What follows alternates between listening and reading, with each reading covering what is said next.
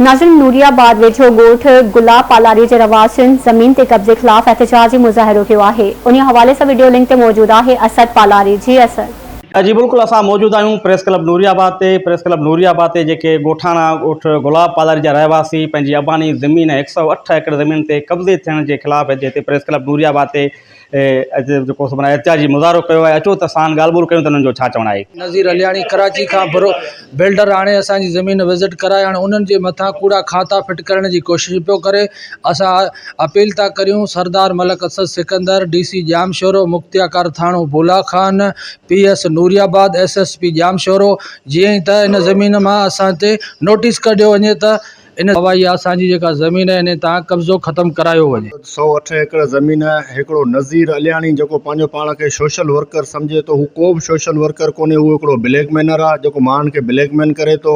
असांजी ज़मीन ते कराचीअ खां हिकिड़ा बिल्डर वठी अचे थो, उते कूड़ा खाता रखी इदारनि खे ब्लैकमेल करणु चाहे थो। असां वस वारनि खां अपील करियूं था, DC जामशोरे खां, मुख्तियार थाणो बुला खान, तपेदार थाणो बुला Khan, DSP Nooriabad, SSP Jamshoro, DIG Hyderabad, वस वारनि खां अपील करियूं था त हिन लैंड माफ़िया मां असांजी जान छॾाई वञे ऐं असांखे हिन मां जाली माली नुक़सानु आहे, असांखे धमकियूं ॾियनि था।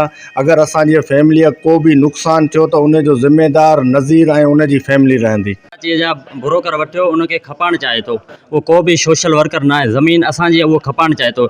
SSP Jamshoro, Sindh IG, DIG Malik Asad Sikandar, उनखे अपील आहे त असांजी ज़मीन तां कब्ज़ा ख़त्म कया वञनि। जंहिं कराची जा बिल्डर वठियो ऐं नज़ीर अलियाणी कब्ज़ो करणु चाहे थो, जेको कब्ज़ो ख़त्म करायो वञे। असीं अपील करियूं था वज़ीर आला सिंध खां, DIG Hyderabad, chief of army staff खां, जो असांजा मुतालबा मञिया वञनि ऐं कब्ज़ो ख़त्म करायो वञे असांजी ज़मीन तां।